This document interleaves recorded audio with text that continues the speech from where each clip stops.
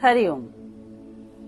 आज के इस वीडियो में मैं आपको योगाभ्यास करते समय किन किन बातों का ध्यान रखा जाए जिससे कि हमारा आसन और प्राणायाम का हमें मैक्सिमम बेनिफिट मिल सके, उसके बारे में बताने जा रही हूँ।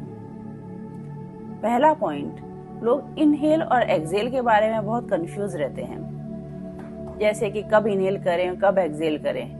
तो उसके लिए एक सीधा सा आपको ये ध्यान रखना है कि आसन में जब भी आपका पेट दबता है तब उस समय आप एक्सहेल मोड में रहेंगे, और जब आपका पेट बिल्कुल जैसे सीधा है या फिर उसमें कोई दबाव नहीं है तो वो इनहेल टाइम होगा। फॉर एग्जाम्पल, जैसे कि मैं यह योग मुद्रा कर रही हूँ।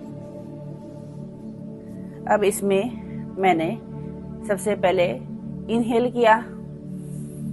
अब जब मैं धीरे धीरे जब नीचे आ रही हूँ तो मेरा पेट दबता जा रहा है, तो ऐसे में मैं एक्सहेल करूंगी। उसी तरह अगर मैं हस्तपादासन कर रही हूँ तो उसमें झुकते समय मैं एक्सहेल मोड में रहेगा, और वापस से जब मैं अपनी पोजीशन में आऊंगी तो इनहेल रहेगा। तो इस तरीके से इनहेल और एक्सहेल का अगर हम ख्याल रखें तो हमारे को उसका मैक्सिमम बेनिफिट हमें मिलेगा। दूसरा पॉइंट, हमारी आदत होती है जब हम आसन की अंतिम स्थिति में पहुंचते हैं या फिर हम कोई आसन जैसे कोई डिफिकल्ट भी कर रहे हों, तो ऐसे समय में हमारी आदत हो जाती है कि हम सांस रोक लेते हैं। हमें ऐसा बिल्कुल भी नहीं करना चाहिए, क्योंकि अगर आप सांस रोक लेंगे तो आपका ब्लड सर्कुलेशन उसका इफेक्ट होगा और आपको आसन का जो लाभ मिलना चाहिए वो मिल ही नहीं पाएगा। जैसे कि अभी एग्जाम्पल में मैं ये अंतिम स्थिति, जैसे ये मैंने योग मुद्रा करी और ऐसे में अब मैं इधर यहाँ पे आती हूँ। अब जब लास्ट स्थिति होती है तो उसमें होल्ड करना होता है। ऐसे समय में जो स्टूडेंट्स हैं वह सांस रोक लेते हैं, तो ऐसे अंतिम स्थिति में भी हमारी सांस चलते रहनी चाहिए। Breathing continuous. तीसरा पॉइंट, लोगों की आदत होती है कंपटीशन करने की। कंपटीशन इन द सेंस कि अगर मेरे पास वाला बहुत अच्छा आसन कर रहा होता है तो एक स्वाभाविक स्थिति हो जाती है कि मैं भी वैसा क्यों नहीं कर पा रही। इसमें ऐसा कुछ भी नहीं है। योग में आप अपनी क्षमता के अनुसार जो योग करते हैं वही आपको फायदा देगा। अगर आप अपनी कैपेसिटी से बाहर जाकर के अगर योग अभ्यास करने की कोशिश करेंगे तो यह आपको लाभ देने की बजाय नुकसान भी दे सकता है। सबकी अंतिम स्थिति अपनी बॉडी की फ्लेक्सिबिलिटी के अकॉर्डिंग होती है। तो अगर पतंजलि का मैं आसन की परिभाषा बताऊं तो स्थिर सुखम आसनम, यानी कि वह आसन जो हमें कंफर्ट दे, स्टेबिलिटी दे, वही आसन है। तो हमारे को इन चीज का ध्यान रखना चाहिए कि अगर साथ में वाला जो अगर बहुत अच्छे से आसन कर रहे हैं तो हमें सिर्फ अपनी कैपेसिटी के अकॉर्डिंग ही आसन करना है। योग एक कंटिन्यूअस प्रोसेस है। इसे करते करते कब आपकी फ्लेक्सिबिलिटी बढ़ जाती है आपको पता ही नहीं चलता। जैसे कि एग्जांपल दूं तो एक रिवर है, उसमें छोटे बड़े पत्थर सब एक ही शेप के गोल हो जाते हैं, क्योंकि जब उसके ऊपर पानी का निरंतर प्रवाह चलता रहता है तो सारे पत्थर जो है वह एक जैसे शेप में हो जाते हैं। इसी प्रकार से जब हम योगाभ्यास का निरंतर अभ्यास करते रहते हैं तो हमारा बॉडी में फ्लेक्सिबिलिटी धीरे धीरे बढ़ती जाती है। इसलिए हमें इसका प्रयास नहीं करना चाहिए कि हम, या फिर हमारे को इतनी आपस में ये नहीं होनी चाहिए कि हमारा ये सब चीजें क्यों नहीं हो रही, ये आसन क्यों नहीं हो रहा। धीरे धीरे करके आप निपुण हो जाएंगे।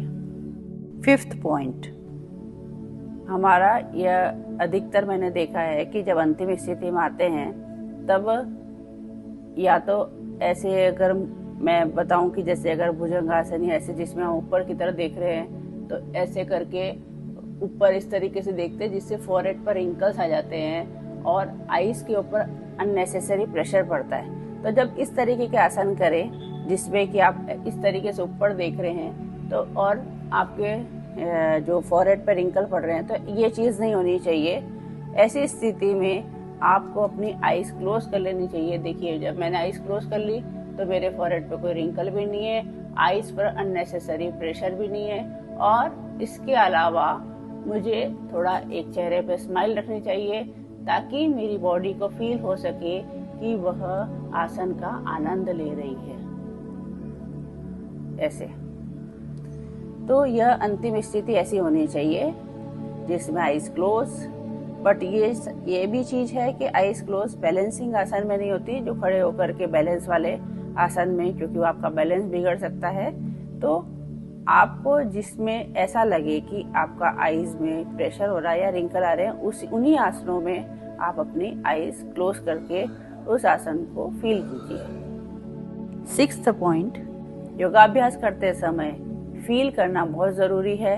जब भी आप आसन करें तो ऐसे शोरगुल वाले वातावरण में आसन नहीं करना चाहिए। शांत वातावरण में अगर आप आसन करेंगे तो आपका पूरा ध्यान अपने योगाभ्यास पे होगा और इस तरीके से आपको मैक्सिमम बेनिफिट मिलेगा। इसका एग्जाम्पल मैं अगर लूं तो अगर आपकी क्लास में अगर आपकी टीचर आपको बहुत अच्छे से समझा रही है, पर अगर आपका ध्यान बाहर है तो कितना ही अच्छे से वो समझा रहे हो पर आप उसको समझ नहीं पाएंगे। तो ठीक इसी प्रकार से योगाभ्यास आप कितना ही अच्छा कर रहे हो, अगर आपका पूरा ध्यान अपने योगा या आसन करते समय नहीं है तो आपको उस आसन का बेनिफिट कम मिलेगा। तो आपको एक एक चीज को फील के साथ करना चाहिए। जब आप फील करते हैं तो आपका माइंड भी उसी जगह पे सारी चीजों को लेकर जाता है और हीलिंग प्रोसेस बहुत जल्दी होने लग जाती है। प्राणायाम में ब्रीदिंग एक बहुत इम्पोर्टेंट पार्ट है। तो जब आप ब्रीथ करते हैं तो आपको ऐसे नहीं कि बहुत ऐसे जल्दीबाजी में से या फिर मैं अनुलोम विलोम करूँ तो ऐसे नहीं करना है। आपको प्राणायाम में जब ब्रीदिंग करते हैं तो एक ऐसे करना है जैसे कि आप फूल को सूंघ रहे हैं, और इनहेलेशन जितना हो सके डीप, एक्सहेल भी जितना हो सके आपको कंप्लीट एक्सहेल करना है। तो इस तरीके से, क्योंकि इसमें जब इनहेल एक्सहेल ही इम्पोर्टेंट पार्ट है। तो मैंने आपको बताया कि जिस प्रकार से बांसुरी है आप बजा रहे हैं उसमें कितना आपको अगर एक भी उंगली इधर उधर हो जाती है तो सुर बिगड़ जाता है। तो सेम इसी प्रकार से इसमें भी अगर आप बिल्कुल स्लो प्रोसेस से करेंगे तभी आपको प्राणायाम का बेनिफिट मिलेगा। आसन का सबसे अच्छा समय मॉर्निंग टाइम होता है। मॉर्निंग टाइम में आपका पेट खाली होता है, आपका दिमाग शांत होता है, और ऐसे समय में जब आप आसन करते हैं तो आपको आसन का मैक्सिमम बेनिफिट मिलता है, क्योंकि आप में कोई ओवर थिंकिंग नहीं होती है। और यही अगर आप दिन में भी करें तो कम से कम 3 से 4 घंटे खाना खाने के बाद ही कीजिए, वरना आसन का लाभ नहीं मिलेगा। तो सबसे अच्छा मॉर्निंग टाइम है, उस टाइम पे कीजिए फोकस के साथ। इस तरीके से अगर हम छोटी छोटी बातों का ख्याल रखेंगे तो हमें आसन का मैक्सिमम बेनिफिट मिलेगा। तो डेली आप योग कीजिए और निरोग रहिए। धन्यवाद।